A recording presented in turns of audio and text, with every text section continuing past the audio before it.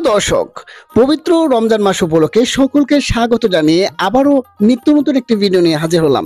তো পূর্বের ভিডিওতে দেখানো হয়েছিল যে কিভাবে আপনার কার্ফু মাছের ব্রিডিং প্রসেসিং খুব সহজে করে আপনারা লাভবান হবেন, সেই দিক দেওয়া হলো। তো আজকে দেখানো হবে যে কিভাবে আপনারা কার্ফু মাছের ধানি চাষ করে আপনারা সফলতা অর্জন করবেন, সেই গুরুত্বপূর্ণ দিক এবং টিউটোরিয়াল আপনাদের মাঝে তুলে ধরা হবে। তো দর্শক, আরও এরকম টিউটোরিয়াল আপনাদের মাঝে তুলে ধরা হবে এর পরবর্তী ভিডিওর মধ্যে, অর্থাৎ বৃহত্তম কই মাছের ব্রিডিং প্রসেসিং আপনাদের মধ্যে তুলে ধরা হবে।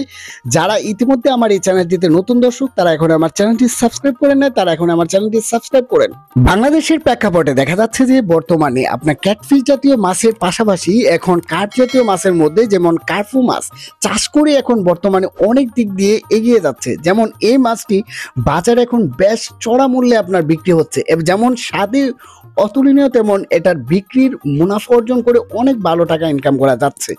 তো এই মাছটি আবার খুব স্বল্প খরচে চাষ করা যায়। যেমন বাজার থেকে রেডি ফিডের পাশাপাশি আপনারা চাইলে হাতে বানানো খাবার, যেমন সরিষার খোল কুড়া বুসি, এগুলো খাইয়ে অর্থাৎ 6 মাসে প্রতি পার কেজি আপনার দেখা গেছে এক একটি মাছ আপনার 200 থেকে 250 গ্রাম, অনেক সময় 300 গ্রামও ওজন হয়ে থাকে এবং বাজারে চড়া দামে বিক্রি করা হচ্ছে। পার কেজি বর্তমানে আপনার কার্ফু মাছের কেজি হচ্ছে 200 থেকে 250 টাকা কেজি।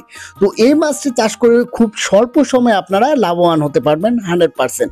আপনারা অন্যান্য আপনার মিশ্রভাবে এই মাছটি চাষ করতে পারেন। তো এই মাছটি কিভাবে চাষ করবেন এবং সিক্রেট কিছু গুরুত্বপূর্ণ দিক টিউটোরিয়াল এখন তুলে ধরা হবে। কার্ফু মাছের দানি অথবা রেনু চাষ করার জন্য প্রথমে একটি পুকুর নির্বাচন করতে হবে। এমন একটি পুকুর যেখানে আপনার রৌদ্রের আলো থাকে এবং চারপাশে যদি গাছপালা থাকে তাহলে গাছপালাগুলো ছেড়ে দিতে হবে। তারপর আপনার পুকুরটিতে আপনার যদি অধিক পরিমাণে কাদা থাকে তাহলে কিছুটা কাদা সরিয়ে ফেলতে হবে। এছাড়া আপনার পুকুরটিতে আপনার যেমন বাজার থেকে আপনার প্রতি শতাংশে অর্থাৎ চুন প্রয়োগ করতে হবে 500 গ্রাম করে যদি নতুন পুকুর হয়। এছাড়া আপনার যদি পুরাতন হয় তাহলে 200 থেকে 300 গ্রাম করে দিলে হবে এবং টিএসপি ডিআরবি ইউরিয়া সার আপনার প্রতি শতাংশে আপনার 200 গ্রাম করে দিবেন। তারপর আপনার পানি দিবেন, অর্থাৎ রেনু যদি চাষ করেন সেক্ষেত্রে পানিটা ছেঁকে দিতে হবে। এছাড়া আপনার যদি নতুন অর্থাৎ রেনু চাষ না করেন সেক্ষেত্রে নর্মালভাবে পানি দিলেই হবে।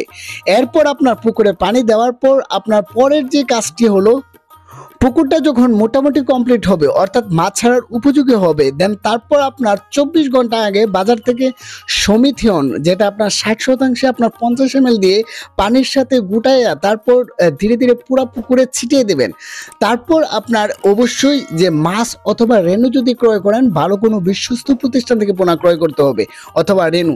আপনারা যদি অবশ্যই আপনার অনেক নতুন চাষিরা আছে যারা আপনার কম পয়সায় নর্মাল কোয়ালিটি পোনা অথবা রেনু নেই, আপনারা অবশ্যই ভালো কোনো একটা বিশ্বস্ত প্রতিষ্ঠান, অর্থাৎ এই পুরো ভিডিওতে যেই হাই কোয়ালিটি রেনু অথবা কার্ফু মাছের দানি অথবা বড় সাইজের পোনা যদি দেখতেছেন, এগুলা অবশ্যই 100% ভালো কোয়ালিটি ইনব্রিডিং মুক্ত।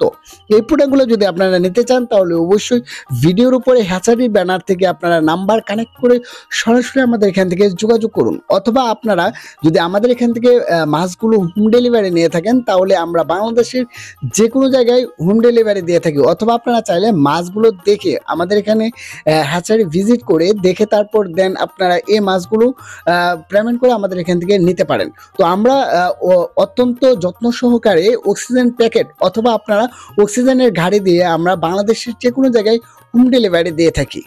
দর্শক, এখন আসি যে কার্ফু মাছের দানি অথবা রেনুর খাবার কি। আপনারা যদি পুকুরটিতে যদি কার্ফু মাছের রেনু দেন তখন আপনার প্রথম 3 দিন আপনার ডিমের কুসুম আপনার ছেঁকে তারপর পুরো পুকুরে অর্থাৎ পানির সাথে মিক্সার করে পুরো পুকুরে ছিটিয়ে দিতে হবে 3 দিন। দেন তারপর আপনার বাজার থেকে পাউডার ফিড খাবার আপনারা পানির সাথে গুলে পুরো পুকুরে দিয়ে দেবেন। এভাবে আপনার 15 থেকে 20 দিন দেওয়ার পর আপনার পাউডার খাবার আপনার শুধু আপনার পুকুরে ছিটিয়ে দিলেই হবে। দেন তারপর আপনারা চাইলে আপনার সরিষার খোল ভিজিয়ে রেখে পুরো পুকুরে ছিটিয়ে দিতে পারবেন। অতএব দর্শক, আপনারা যদি কার্প জাতীয় মাছ চাষ করেন খুব স্বল্প খরচে এই মাছগুলো চাষ করে লাভের হার থাকবে আপনার 90 থেকে 95%। তো অন্যান্য মাছের তুলনায় আপনার এই মাছটি আপনার কার্প মাছের মধ্যে, অর্থাৎ আমাদের এখান থেকে যদি মাছের পোনা নেন, কার্ফু মাছ, রুই, কাতল, মৃগেল এবং সিলভার কার্প, এই মাছগুলা যদি আপনারা নেন তাহলে অবশ্যই ভিডিওর উপরে যে নাম্বার আছে ওখান থেকে কানেক্ট করে সরাসরি আমাদের এখান থেকে যোগাযোগ করতে পারেন। দর্শক, আজ আর নয়, দেখা হবে অন্য কোনো ভিডিওতে। ততদিন সকলের সুস্বাস্থ্য কামনা জানিয়ে বিদায় নিচ্ছি। আল্লাহ হাফেজ।